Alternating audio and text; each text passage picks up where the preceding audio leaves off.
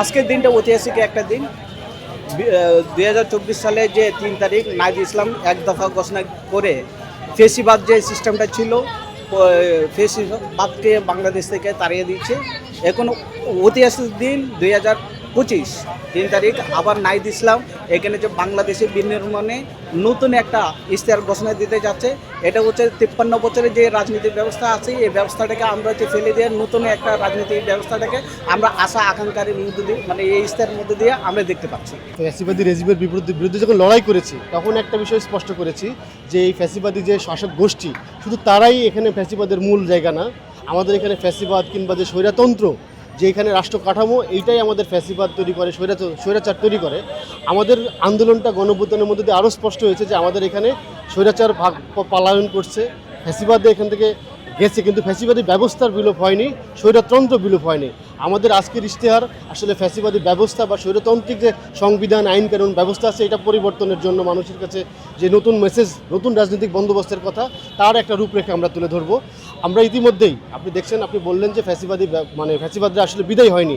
আমরা বিগত স্বৈরাচারের কিছু মানুষজন দেশ থেকে পালায়ে গেছে কিংবা তারা এখন ইনঅ্যাক্টিভ আছে, কিন্তু স্বৈরাচারের দোসররা আছে, স্বৈরাচারের একটা বড় অংশই এই দেশে থেকে গেছে, তাদেরকে প্রতিহত করতে হবে। কিন্তু এখানে মূল যে সংকট আমাদের, এই স্বৈরাচারের ব্যবস্থা তৈরি করার যে মূল প্রাণভ্রমরা এখানকার সংবিধান, আইন কানুন, বিচার ব্যবস্থা, সেইটাকে লক্ষ্য রেখে আমাদের আগাইতে হবে। আমাদের কাজ দুইটা একসাথে।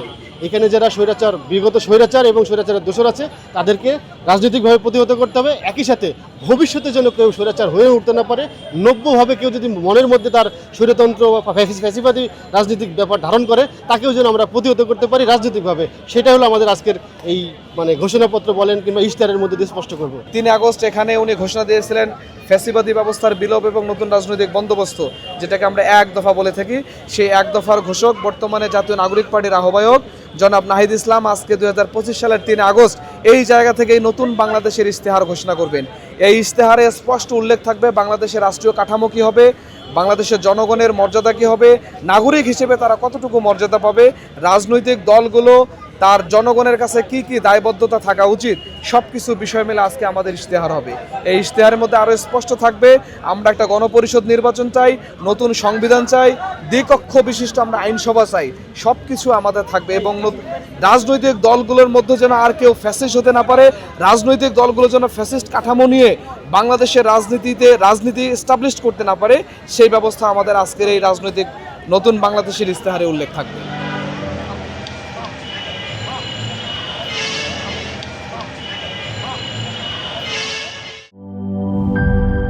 শিয়া বাটার ও ভিটামিন ই সমৃদ্ধ লিলি হালাল বিউটি সোপ, তারুণ্যময় উজ্জ্বল ত্বকের জন্য।